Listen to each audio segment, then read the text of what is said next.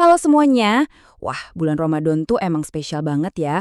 Tapi, ayo ngaku deh, sering banget nggak sih ibadah kita jadi keganggu gara-gara flu, batuk, atau radang tenggorokan? Nah, di bahasan kali ini kita bakal bongkar rahasia biar badan tetap fit dan nggak gampang kena penyakit langganan pas puasa. Udah siap? Pernah ngerasain kayak gini? Puasa sih lancar, tapi kok badan lemes banget dan gampang sakit? Tenang-tenang, Anda nggak sendirian kok. Rasa lemes, apalagi pas awal-awal puasa, itu wajar banget. Tubuh kita itu lagi proses adaptasi. Nah, pas adaptasi ini, kadang pertahanan tubuh kita tuh agak turun dikit. Makanya jadi lebih gampang kena penyakit. Oke, jadi gini. Kenapa bisa begitu? Ya karena pola makan, minum, sama tidur kita berubah total selama Ramadan. Nah, perubahan ini tuh kayak ngasih tantangan baru buat sistem imun kita. Eits, ini bukan berarti puasa itu nggak sehat ya? Sama sekali bukan. Justru ini sinyal kalau tubuh kita butuh strategi cerdas buat beradaptasi dengan baik. Dan kabar baiknya, strateginya tuh simple banget. Kita cuma perlu membangun 4 pondasi kesehatan yang kokoh. Anggap aja ini pilar-pilar yang bakal nopang tubuh kita biar tetap kuat dan berenergi selama sebulan penuh. Penasaran apa aja? Yuk kita bedah satu persatu.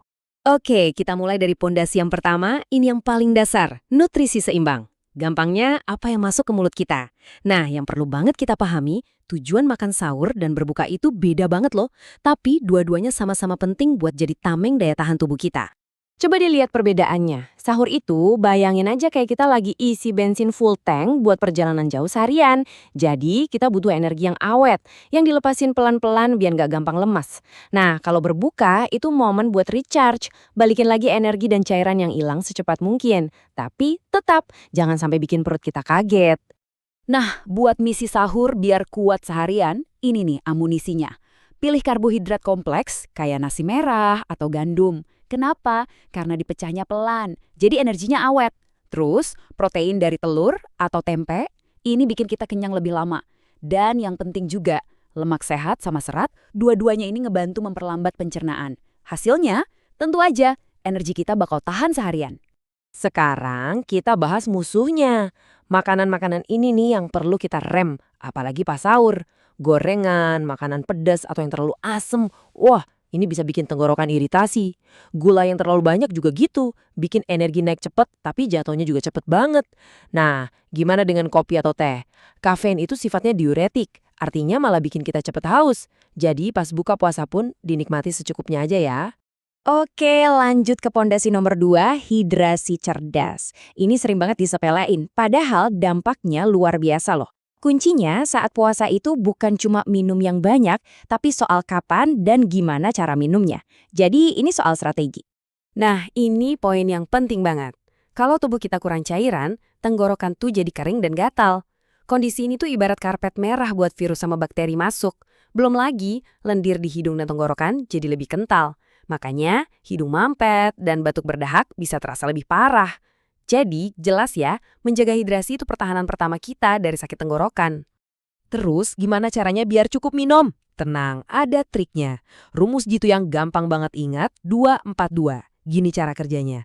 2 gelas pas buka puasa, terus cicil 4 gelas dari malam sampai sebelum tidur, dan terakhir tutup dengan 2 gelas lagi pas sahur. Gampang kan? Dijamin 8 gelas sehari pasti kecapai tanpa bikin perut kembung. Pondasi ketiga, ini juga sering kita korbankan, istirahat. Kita sering banget nyepelein tidur.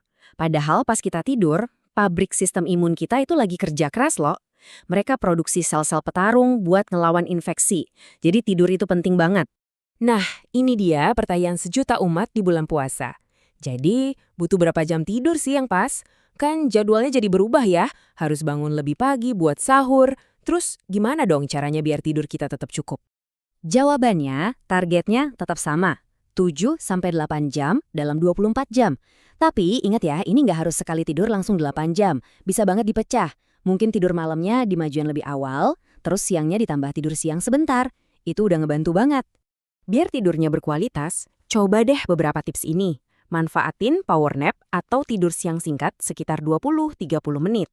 Itu efeknya kayak nge-restart tubuh sama otak kita. Terus coba deh kurangin main HP minimal sejam sebelum tidur. Soalnya cahaya birunya itu ganggu banget hormon tidur kita. Dan yang terakhir pastinya, ciptain suasana kamar yang adem, gelap, dan tenang. Dan kita sampai di pondasi terakhir, pondasi keempat. Ini adalah garda terdepan kita.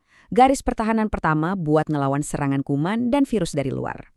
Kira-kira apa ya benteng pertahanan yang paling simple tapi justru paling efektif yang sering banget kita lupain?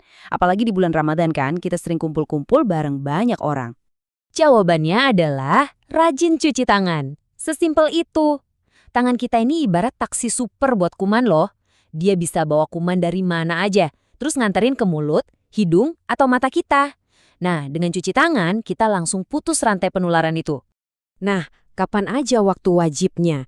Ini nih momen-momen kritisnya. Biasain cuci tangan pakai sabun di waktu-waktu ini. Percaya deh, dengan kebiasaan sederhana ini, kita udah ngebangun benteng yang super kuat buat ngelindungin diri sendiri dan juga orang lain di sekitar kita.